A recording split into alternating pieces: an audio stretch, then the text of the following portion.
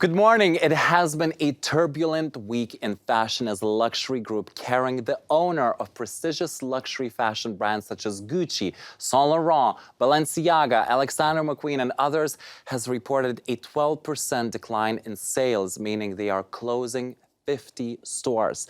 On a more positive note, another luxury fashion brand, Jacquemus, has signed a mega beauty deal with L'Oreal. And of course, Fashion Month continues with New York Fashion Week closing and London Fashion Week starting on Thursday. I am here to discuss all of that with the fashion PR mogul and CEO of ModusBPCM, Julian VOGEL, luxury market and consumer specialist, YEMI LAWAL, and the one and only model and beauty guru, Garby Thompson. Now, thank you for joining Fashion News this Sunday. And before we get to the good news, let's talk about this turbulence in fashion caused by KERING'S mess. Truly, when you look at the numbers, what a mess. Decline, decline, decline. Numbers are in red and red and red, and where's the green? Who's the one to blame?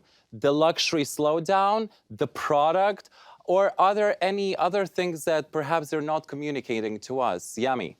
Kering is a victim of its own success. They have reached what's called as a point of diminishing returns, which is that there's only so many luxury customers in the market that will buy your product. And when they had Alexandre Michele as their creative director, he more than doubled their revenue in 7 years from just over 3 billion to 10 billion. And a lot of that growth came from the affordable luxury customer or the aspirational luxury customer. And that customer, because of what's happening in the world today, is in decline. The VIP customers are the ones that are driving growth in the market because over 230 VIP customers are worth one affordable aspirational luxury customer. And Kering's main challenge is attracting that customer, which is driving growth in the market today. Probably that's why Bottega Veneta, which is logo-less, targeting that 1% of the world's population, probably that's why 10% in growth or 12% in growth, right? Like, if these figures are correct. Julian, you've probably worked with Kering as well. What are your insights from working with Kering, from your experience? Yeah, I mean, I currently work on Kering Eyewear, which is obviously one of the areas that's in growth. But I think also what the press love a story, don't they, about increases, decreases, I think that what the press aren't taking into account is all the investment that Kering's been making. So they set up a beauty division. So they're taking back all their licenses in the beauty side. So that obviously hasn't come through the system yet, but that will come through the system. They're making changes with the creative director of Gucci. That will come through the system. So I'm not worried about Kering. Interesting, because just a few weeks ago, I hosted here the CEO of Walpole, which is a British non-profit organization protecting British luxury. And she made, she made an interesting point saying that luxury is, in fact, not really having a slowdown. What we're having is just normalization of luxury market after COVID. But it's interesting that Kering does stand out with being constantly in decline and making these dramatic headlines in media. So you say you're not worried, but YEMI, shall we be worried? Or is Julian just being very positive? Well, Gucci is half of Kering's sales. And Gucci is the brand that has been driving growth. What is happening and has been happening consistently for the last couple of years in the luxury market is that 1%, the VIP customers are driving everything. And what they've been trying to do is reposition the brand towards heritage to really appeal more to that customer I just mentioned. That's going to take some time to get right. What you're saying basically is that Gucci was their cash cow, as we would call it in the industry, and they kind of now losing that cash cow, and then now they're trying to find alternatives to make money. I understand, but what is positive when we're talking about luxury is that now L'Oreal has made an exclusive deal with a French luxury fashion brand, Jacquemus. Garby, I mean, come on, as soon as I heard the news, I was like, does the world need another beauty line? You are the beauty guru, tell me. Well, I think everyone around the world would probably say no, but I would say yes, because I feel like we can never have too many brands that stand for inclusivity or innovation. And I feel like there's so many brands like that at the moment, but there's no like deep shades, I think to bring out a beauty brand today, you have to solve a problem, like if someone's got oily skin, hyperpigmentation, it can't just be for vanity anymore. So I feel like, I'm excited to see what Jacquemus brings out, but I feel like it can't just be aesthetic, it has to solve the problem. What is the problem in the market? If you're launching a new beauty line, what would be the unique selling point for Jacquemus? Because at the moment, their success truly relies on these luxury handbags that targeted that accessible luxury customer. So I wonder, first of all, whether they're going to go for luxury, like Tom Ford beauty line, which targets that, but even the price point is quite expensive, or is it going to be kind of accessible luxury? What are your thoughts? I don't know, I can't really see it being quite accessible, because if I look at a lot of the L'Oreal brands like YSL Beauty, Prada Beauty, they have such a high price point, but I feel like both brands definitely, they're aesthetic, but they also cater to everyone. There's a lot of shades. So I feel like Jacquemus will have to really make sure the formulations are really well. I feel like also make sure everyone feels included. I'd love to see a lot of like deeper skin tone shades. I'd love to see like men involved in the campaigns. And I feel like he really has to make sure, like just for anyone that may not know the brand, like if you're walking past being like, well, oh, I feel included. I feel like everyone wants to feel a part of like the process. And can I ask, in terms of price point, if they launch a foundation, what would be a fair price for Jacquemus foundation to cost, you knowing the market? I think, well, in today's terms, I'd probably say like £40, between 35 and £40. If you look at Fenty, like Rihanna's a really good example. I feel like when she launched her brand, everyone was like, oh, not another celebrity brand, what's Rihanna gonna do? But she solved the problem by having 40 shades, which she wasn't the first to do that. Lauder has actually done that way before with their double wear, but it's the way Rihanna did it. She had all these models of beautiful skin tones from lightest to deepest, because I think just having deeper shades solves the problem too, but also having lighter shades for the pale girls. So I think the way she executed it was like perfection. So I hope he does that as well with L'Oreal. Thank you. Now, Julian, I wonder, you as a PR guru, how would you create the publicity for that beauty line? How would you make it go viral? Well, the thing that I'm really interested with him is the fragrance side, because he's so clever with his campaigns, all of the kind of social media content that he does with those clever little films and in all those different situations. So I can really see fragrance. You know, it's hard to do fragrance because you can't smell it on social media. So I'm really interested to see, I'm imagining some kind of scratch and sniff, or I'm imagining like some real fun and playfulness.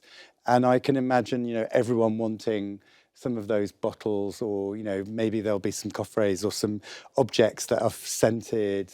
So I just think that he's going to really play up the sort of fun side of fragrance. You are so right, because even when I think about his shows and campaigns, they do have, I mean, that one show that he did in the middle of lavender field, right? Yeah. It has a smell without, it's like as I'm watching the show and smelling it without smelling it. I agree. But in terms of price point, I wonder, what are your thoughts? If we talk about perfumes, what would be a fair price? And do you think that he's going to go for accessible or luxury? I think with L'Oreal behind him, I think there'll be a real diverse price point. And I think that they'll do limited edition sort of packaging and bottles and collectibles, which will be more expensive, but there'll be a range that's sort of very accessible. I think the other thing that I'm really interested in is, back in the day, it was the fashion brands that brought out beauty and created the beauty side.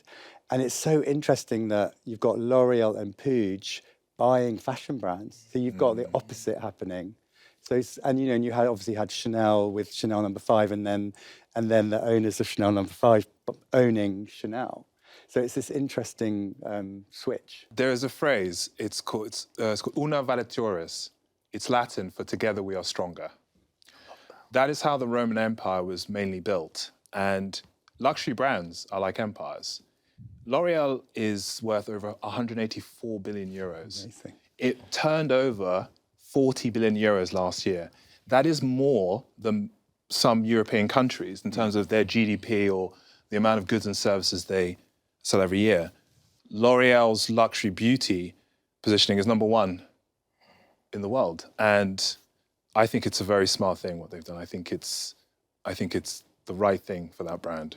And great win for Jacquemus, because that's a strong, backup to have and an investor to rely on as well. Because not only that they signed a beauty exclusive deal, L'Oreal also made a minor investment in Jacquemus for Jacquemus to remain independent, which is so smart. And it gives him global distribution. And so if people can experience it through the fragrance first and then discover the fashion line, I mean, it's a win-win, isn't it? Talking about the global fashion scheme, the next big topic is London Fashion Week, as entire industry is now traveling from New York to London as Fashion Month continues. The big question is whether London Fashion Week is still relevant, because one big difference that we see this schedule of February is that it's significantly scaled down. British fashion designers such as Vivienne Westwood, Alexander McQueen, or even Victoria Beckham, all British, but decide to showcase their collections in Paris. London Fashion Week, relevant or not? Julian, what do you say? London Fashion Week is as relevant now as it was 40 years ago. I think that what we're looking at it through the wrong lens. We're looking at it through how many shows are there on the schedule. That's just not the way to look at it. What we need to be looking at is what's the talent that we've got in London.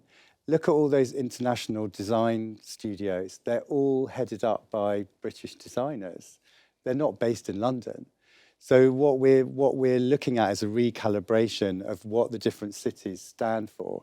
And London has always stood for innovation and talent. And it's not about how many shows we have on the schedule.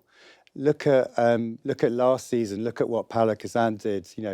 Did the show in his house. Where else in the world would someone think of doing that? And that was driven by budget. The British designers do not have the same budget. So they can't, at the moment, they can't show twice a year.